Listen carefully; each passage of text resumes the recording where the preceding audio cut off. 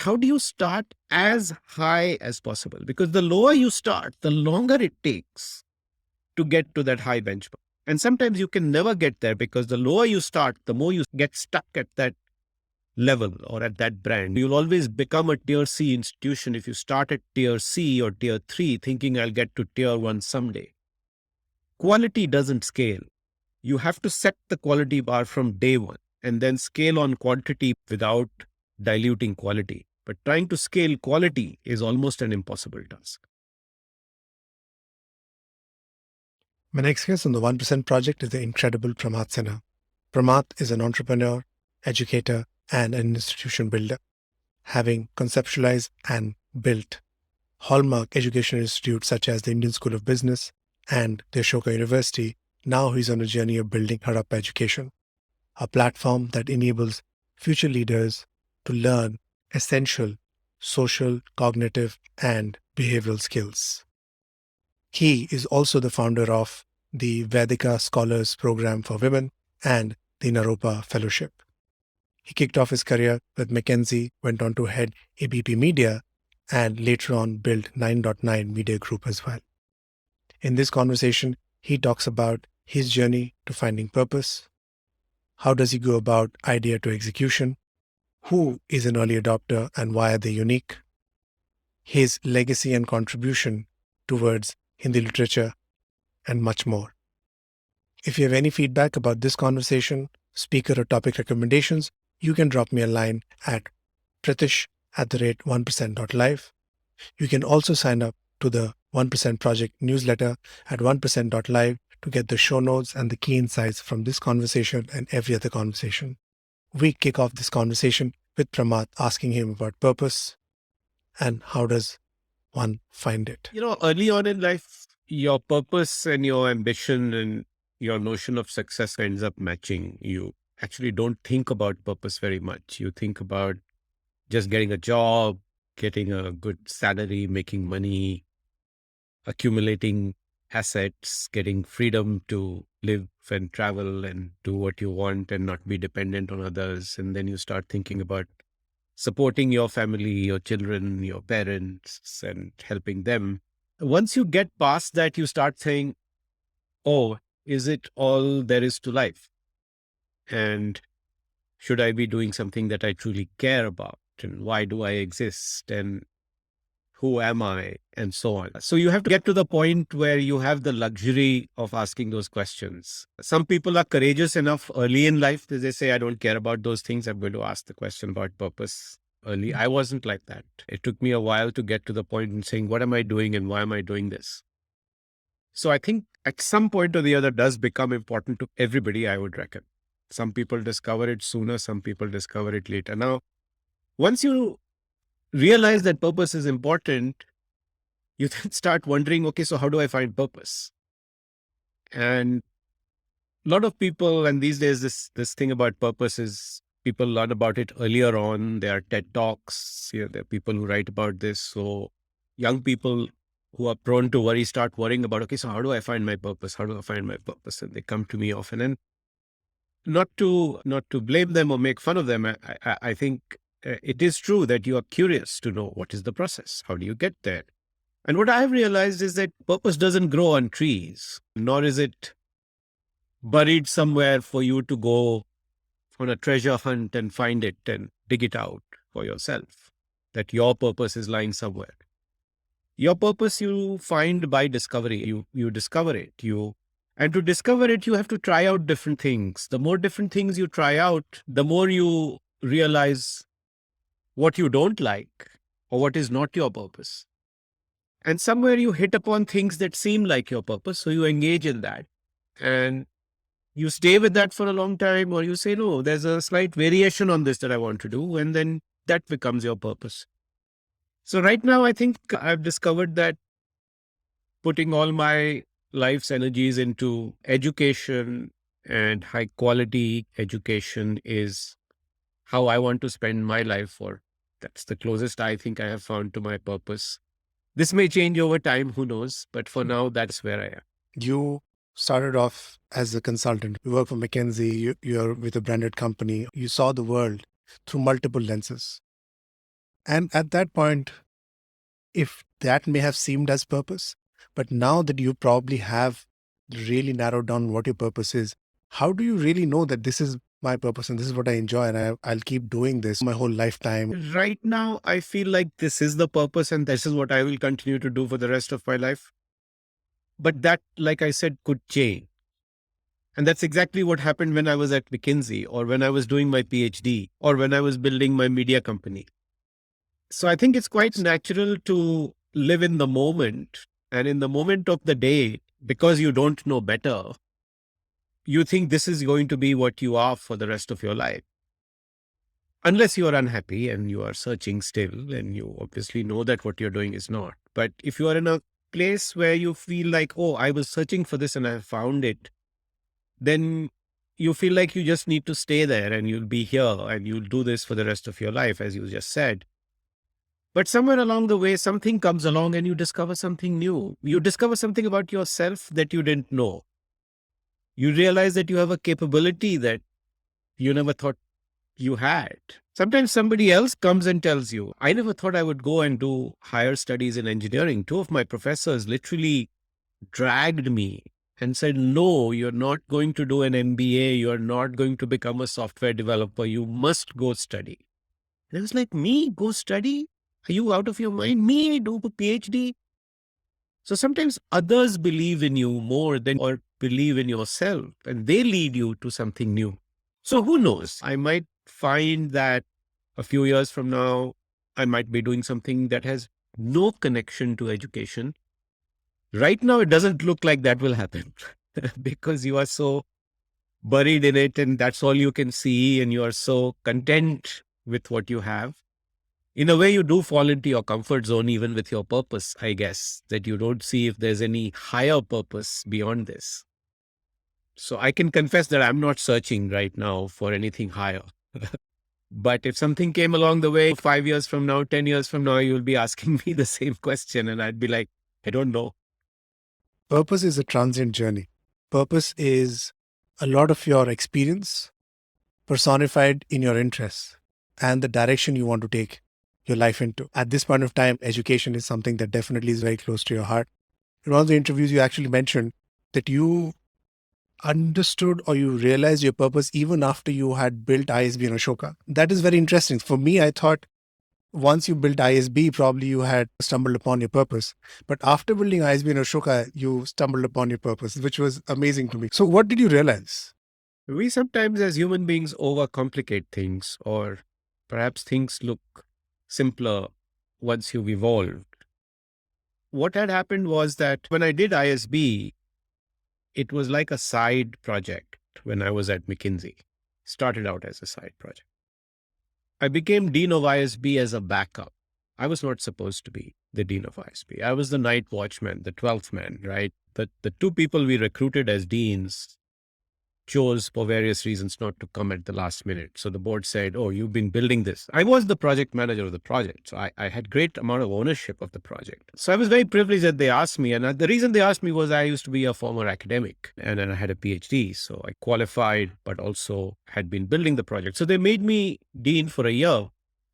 So I saw all of this as, oh, it's a side hustle, as people call it these days, that I'm doing this. This is a volunteer pro bono effort, philanthropic. I'll remain associated. I'll do my thing on the side, but I will always have a business career.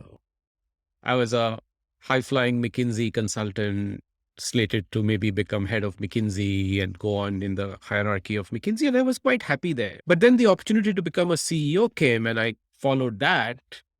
Because I was still on this business track. No, consultant, becoming a CEO of a large media conglomerate, prestigious, great for your career.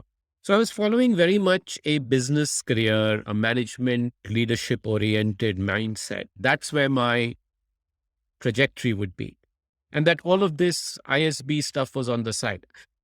Ashoka also happened in the same way. So I was very reluctant to do Ashoka. I said, listen, I've got ISB. Why should I devote my effort to another project? Let me just focus on this one project and make it a bigger and a better project. And I should put all my volunteer side time that I have into that one project rather than doing another one. Of course, because I left ABP a bit prematurely and I had some time on my hands, I actually got involved in Ashoka and I loved the people. I always get drawn to good people. So I loved my cohort of founders at that time. But even then, I started 9.9. I could have at that point said, no, this is my calling and I should only do education. But I never thought about that. And part of what was driving me at that point was that I have a lot of friends who are very puritanical about education. And they were like, oh, you shouldn't make profits from education. You should not benefit from education. And I was not financially comfortable enough for the rest of my life that I still needed to make. And so I took it upon myself that I will not make a living from education. I will only do something outside of education from my business pursuits, which were going to be in media. So all this complication was in your head. And honestly, if I look back, it was the more cautious, the more middle class me saying, no, this is not the right time. Stick to the course and do your thing. Till I suddenly found that organically, I was really doing more and more education. And one day when I introspected on it, I realized that that's what I really enjoy. And it comes naturally to me. I gravitate towards it. My joy comes from watching a new program come together, a new institution get built. In fact, that's where my business skills are most effective. I wasn't very successful as a media entrepreneur, in fact. So that's when the realization came. But then unwinding what I had created for myself and moving to pure education took a few years. So in the process, some 10 years went by. First trying to balance both and then realizing and then unwinding and then saying, okay, now I'm at a point where I'm just doing education and education alone. In this journey, you have built a number of businesses, and that aspect obviously has shown its merit through Ashoka, through ISB, and now obviously through Harappa. When you think about ideas, when you think about new business models, how do you cross the chasm from ideation to execution? So, of course, you said businesses, Pritish, but you know that ISB and Ashoka are actually not really. Harappa is for profit and a business, but ISB and. But I think you meant enterprises, you meant institutions. And I think the principles are the same. First is you have to be very clear about, you get lots of ideas, but I feel like a lot of ideas are hammers looking for a nail. They are your pet thing that you feel great about, or it solves a problem for you. You think this is a generalizable solution for, and that problem exists for many other people, but you know what? It may not be. So you often find that ideas come to your head all the time, but they are not necessarily a solution for many people. It may be something that seems very interesting to you. So are you genuinely solving a problem that lots of people have? So being very clear about the fact that idea is not just a, if I can say, sexy idea that you find interesting, but that it actually is solving a problem and solving a problem for a lot of people. So stress testing the idea to make sure that it is genuinely solving a problem. It's genuinely meeting a need. It's genuinely shaping a big solution that lots of people will need, even if it doesn't meet an existing need, is something that is the first step. And I think that's very important. A lot of people just jump headfirst into something they find interesting without making sure that it's actually really improving something for someone.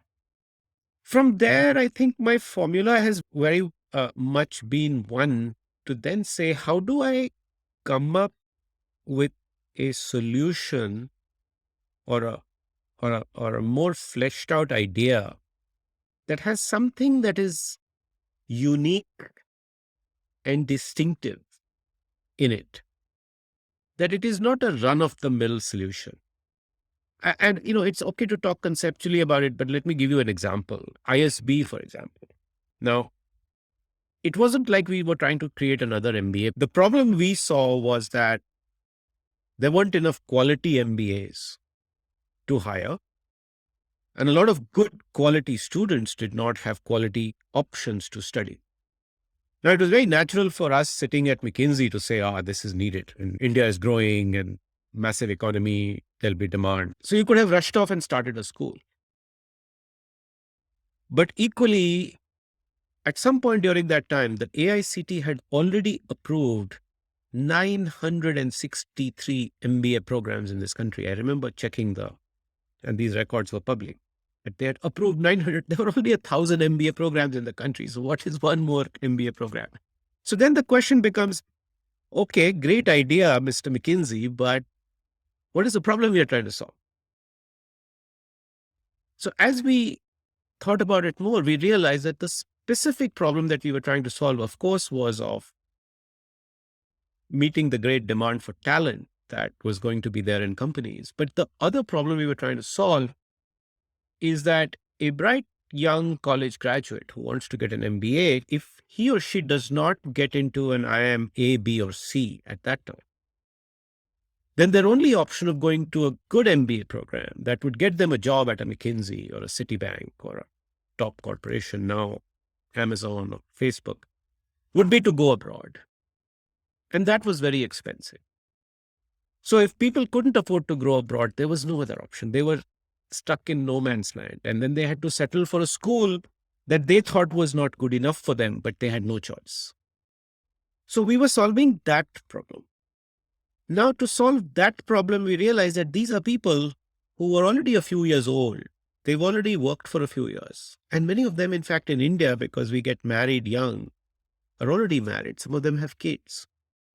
If you create a 2-year MBA program for them, there's 2 years of lost wages, huge opportunity cost, plus the program is expensive, plus they have a spouse and children. So therefore you say, no, the solution is the 1-year MBA. So you see how the thought process works. The idea of MBA is great. You can go jump in and start an MBA program and say, okay, let's go get AICTE approval. Let's start getting, but you say, listen, is this solving a problem? And what problem is it solving? And then how do I solve that problem in a unique manner and a distinctive manner? Even today in this country, the 1-year program at ISB, other than the PGPX 1-year programs that all IIMs then started when they saw what ISB had done, is unique. And we have 1,000 graduates across 2 campuses, which again gives you a sense of how that prior thinking in solving through the idea and what we were trying to do and making it new and distinctive helped us scale up later. Now, you asked about execution also, and I don't want to make it a long answer, but there I have found that once you've cracked this part, then it's a matter of picking the right people. Because if the idea is big, you can't do it yourself. You know that. But then you have to hire a crack team of people and be uncompromising about that in taking the idea to execution. You can't execute it all yourself. Yeah, you just don't have the wherewithal to do that. So your real skill lies in identifying great people, setting the vision and the high bar. Hey, this is what I'm trying to do. Trying to build the best MBA program in the country. We need to have a global ranking in the next 10 years. And then let's together try and make that happen. That's really how I think about it. You have built 2 lighthouse institutions for India. So how do you define an institution? An institution is simply an entity, an organization, an enterprise that has an identity of its own. Its identity is not attached to an individual. It has its own independent identity. And it is built to outlast the people who created it. In fact, even in the lifetime of those people who created it, it should not be dependent on those people. It should become independent of those people. It should stand truly on its own. It's truly independent of its founders. And therefore also sustainable. It's not a flash in the pond. It is something that survives and sustains and is financially viable and is able to grow and at least sustain itself economically. Those are some of those characteristics. I don't have a nice one-line definition for you. I'm sure there's one that exists, but please, that's how I think about it. I think you perfectly put it in one line. An institution is an organization which outlives you. A great example in the VC world, hardly anybody knows who's the founder of Sequoia, but I'm assuming almost everybody who's in this world or even 1 degree, 3 degrees away knows what Sequoia is, right? Absolutely. So when you build a brand for your lifetime, it is usually associated to you. When you build a brand to live multiple lifetimes, it's associated to a bigger cause. Yes. Looking back today, ISB, Ashoka, everything that has been a success looks very obvious. You can connect the dots. But when you had your initial batch, the first batch of students who potentially had other offers from other MBAs, what enticed them to choose ISB in year one or year two? It's very interesting. I've now done many of these institutions and many such programs. There is something special about that first batch, Pritesh, and it's a very perceptive question that you're asking. There is a bunch of people out there who are early adopters and risk takers. And they will bite, they will buy. And their attitude, their DNA, their sort of grit and their sense of purpose is very different. And the reason I say it is that in that very year, you will find lots of people who'll say, maybe next year. These guys are not going anywhere. So maybe I'll work for another year, then we'll try them later. Let's see how they do. But there'll be a bunch of people who'll say, no, because it's new, I want to try it out. Looks exciting. Let's give this thing a shot. Let's give it a chance. And these guys are actually betting their money and time and their future. Absolutely. But you see, not to make the batches who come later feel bad. I think even the second batch is taking a risk. Yeah. But if I look back on the history of the first batches, you get some real amazing leaders out of that first batch who do path-breaking stuff, who surprise you, who totally change trajectories. You never anticipated that they would. Even I never anticipated they would actually do the things that they went on to do. But I think that comes from the fact that they were risk takers in the first place. Otherwise, they would have taken a risk on you. You again perfectly put it. They are the early adopters. They are willing to play dice and potentially in a calculated way. Obviously, you came with a profile and obviously the team came with a profile and a vision. The first customers are really some people who really need to have a lot of conviction.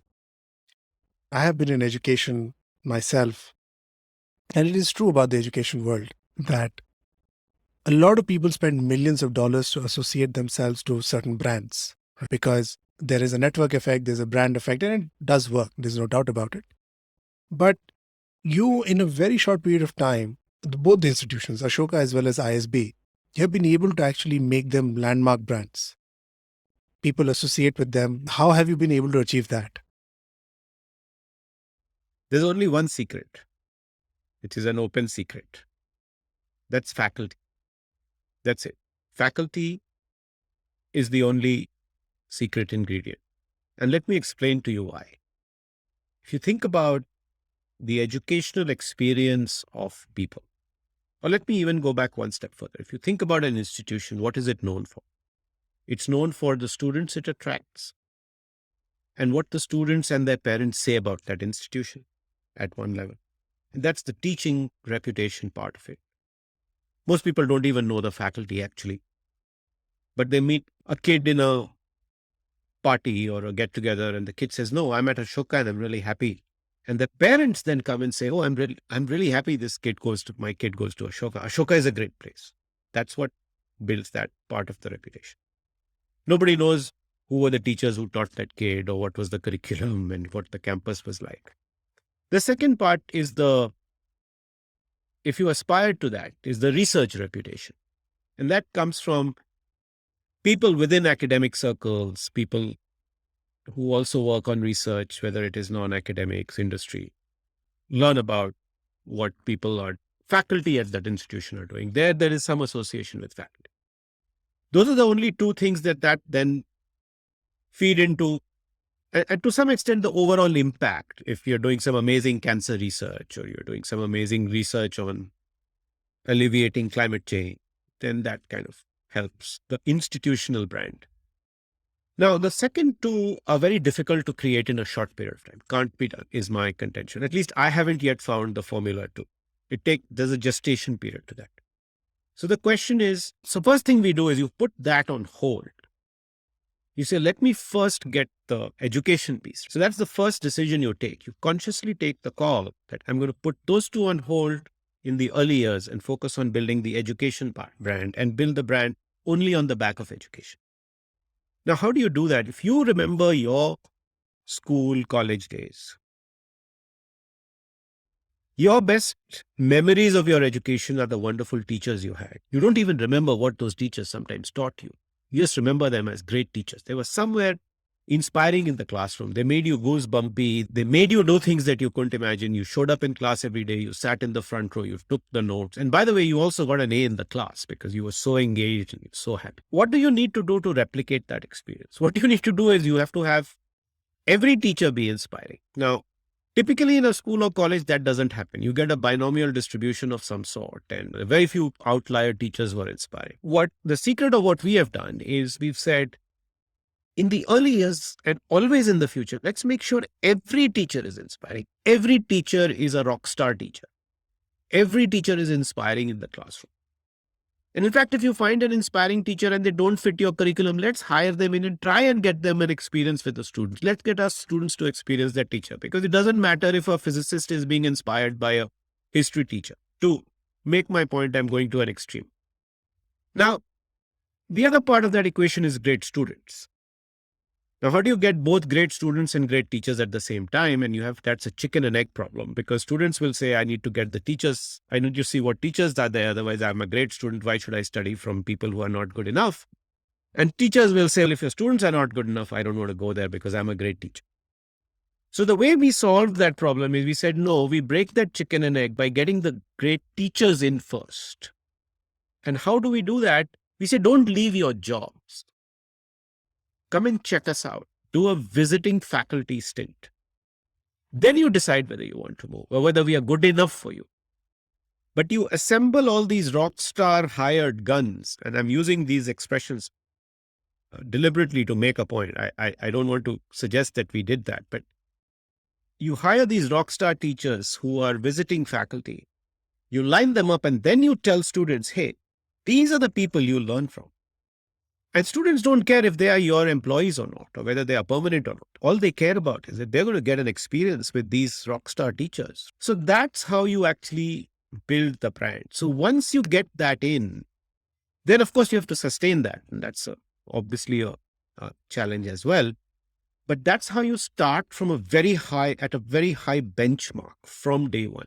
What most people do is they say, okay, let's start here and then we'll build over time. I'll get better and better teachers and better students over time. Of course, we also aspire to do that.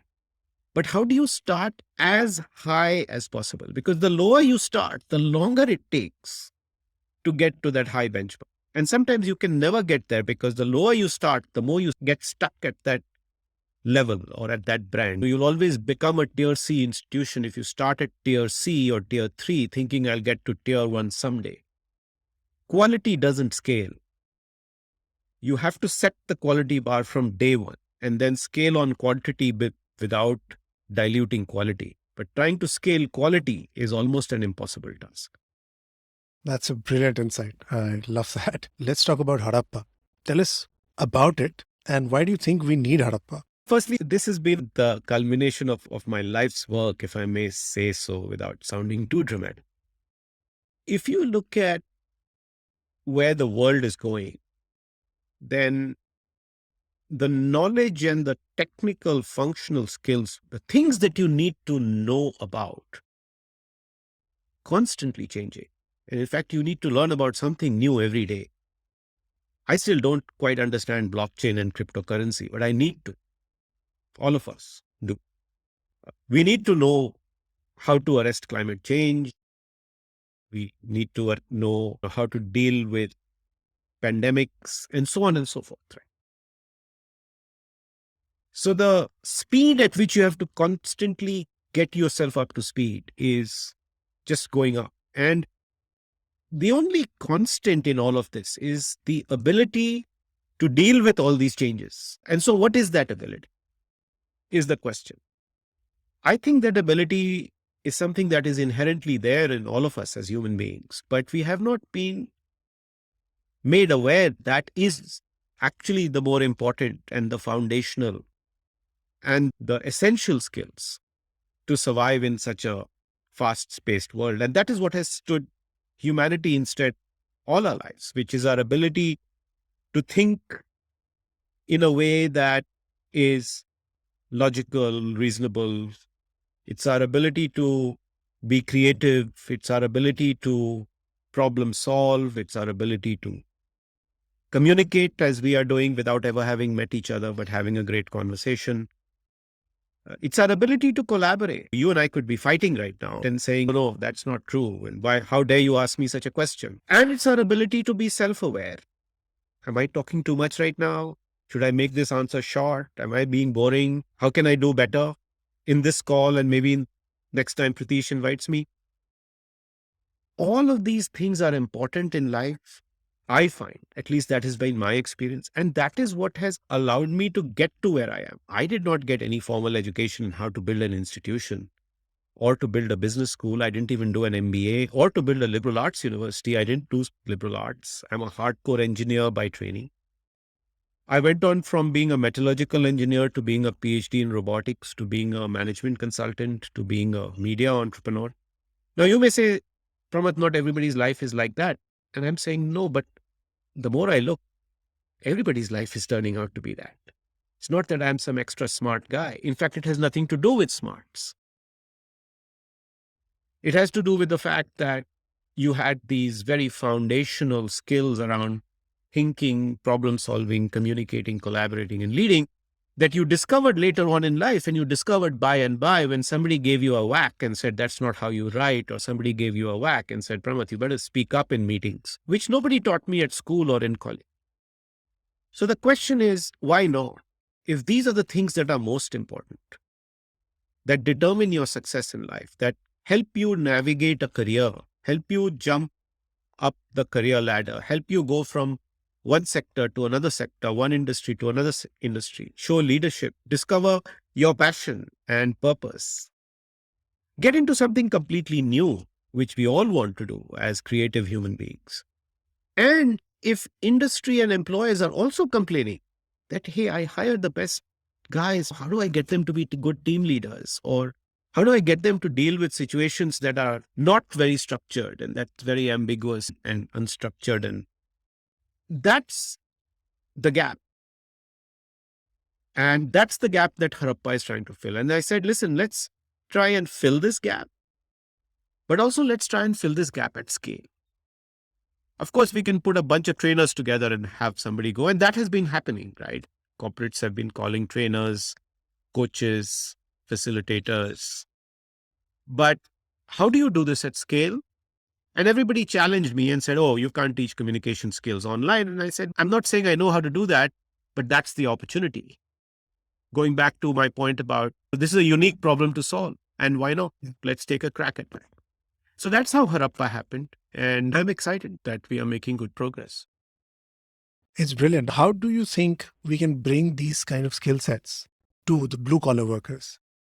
We are already doing a bit of that, Pritish. I think some of these skills have to be thought of as concepts and frameworks that have to be simplified and not made complicated in their explanation. These are not partial differential equations, right? These are life skills. These are things that are intuitively there in every human being. So I think the skills you need to have as a teacher is to simplify these ideas. To give you an example, we use current, relevant, contemporary examples from India to bring it to life. So for example, you take an example of Akshay Kumar playing Padman in a movie where he's giving a speech at the UN in broken English. It's a brilliant speech. And so you say, listen, how did this guy who couldn't speak English give such a brilliant speech? And through that speech, you illustrate Aristotle's appeals from 3,500 years ago, where he uses logos, ethos, pathos. Now, you don't have to tell the blue-collar worker about Aristotle or logos, ethos, pathos, but you can teach them the importance of empathy or connecting to an audience, or the importance of having a structured logic to what you say through that speech. So I think the creativity comes in taking that concept and bringing it down to the blue-collar worker or to the school kid. And of course, using their language.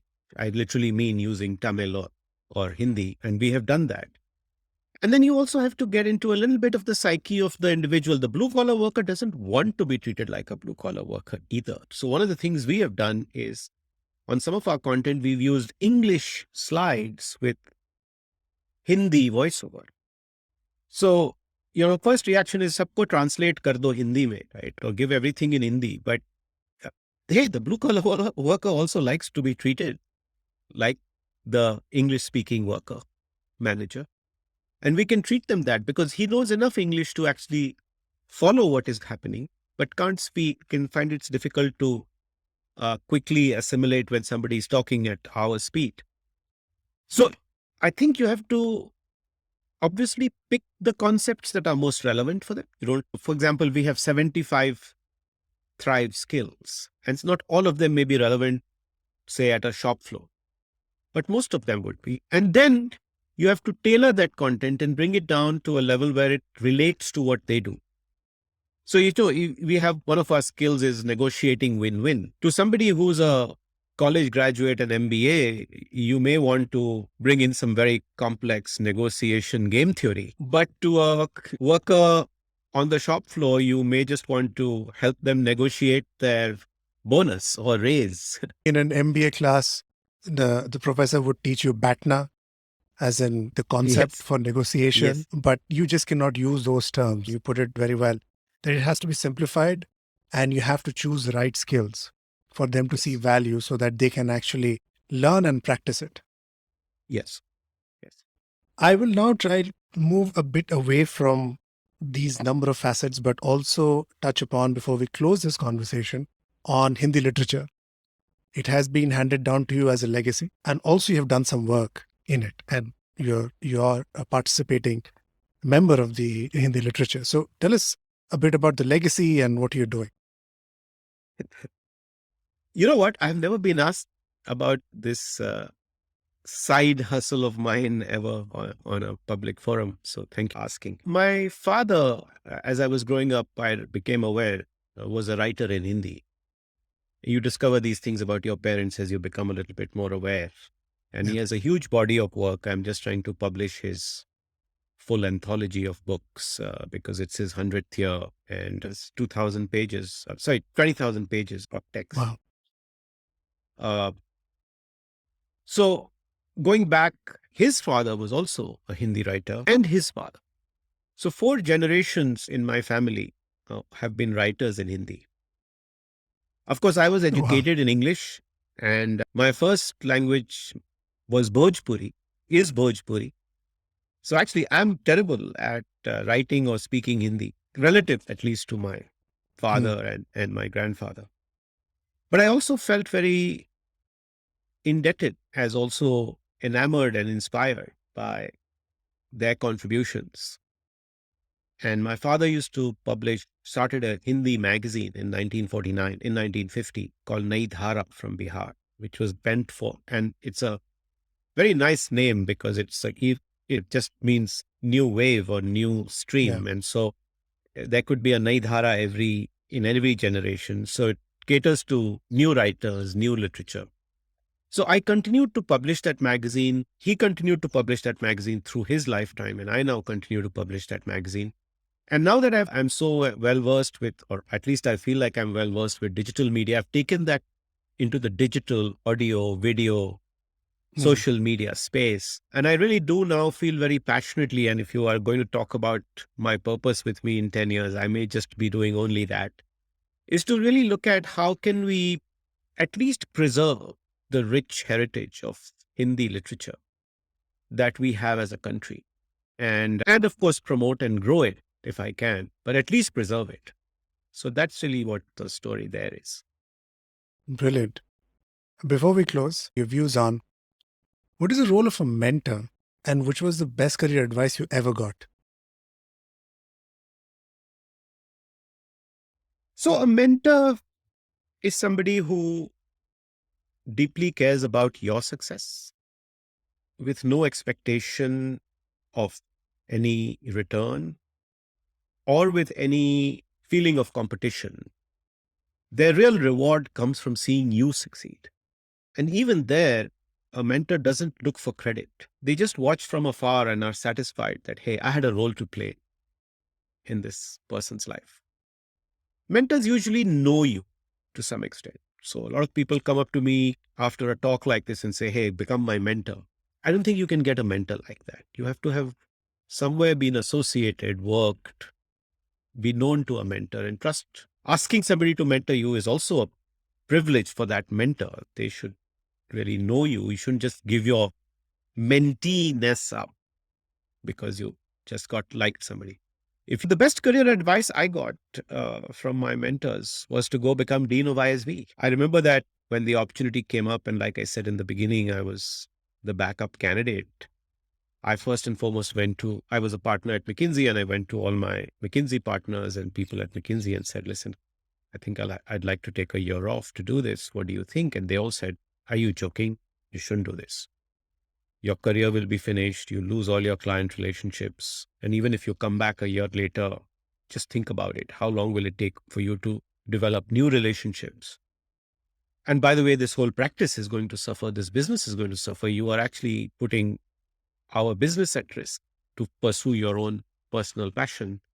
Worse still, they said your boss's boss, which is Rajat Gupta at that time, is asking you to do this. So you don't have the courage to say no, and you are just being a nice guy. Don't do this. But I made a good choice of going and talking to people outside the firm. So I said, okay, if the issue is losing clients, let me go talk to some of my clients. And also let me go talk to Don Jacobs, who was the dean of Kellogg, which is a partner school of ISB at that time.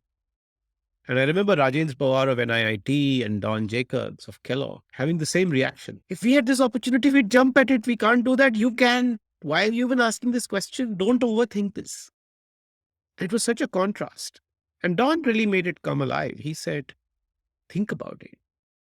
How many people get the chance to come in at the ground floor of an institution as it is getting built? And you've built it so far. Why wouldn't you lead it? This is sitting for you on a platter. You won't get a chance like this. Some people don't ever get a chance, and you'll probably get one chance of this in a lifetime. Why are you even thinking about it? And that just made it very clear to me that I hadn't thought about it. That was the first time I saw myself. I didn't see myself, but the first time I realized the excitement of taking the lead in building something. Even though I was actually doing that, I didn't see myself doing that. I just saw myself as a project manager, creating an institution for somebody else to run. And that was just as well. It's a nice way to build an institution because you didn't aspire to its leadership. But I think Dawn really made it so easy for me to make that call, and that changed my life, and that has made all the difference. Pramath, that's a great place to close this conversation. Thank you for your time, and thank you for being on the show. Thank you, Pratish. I really appreciate being invited, and thank you for a very insightful and a very thought-provoking set of questions for me. I'm looking to listen to the show myself to understand what all I said, but it's been a great experience. Thank you so much. Thank you.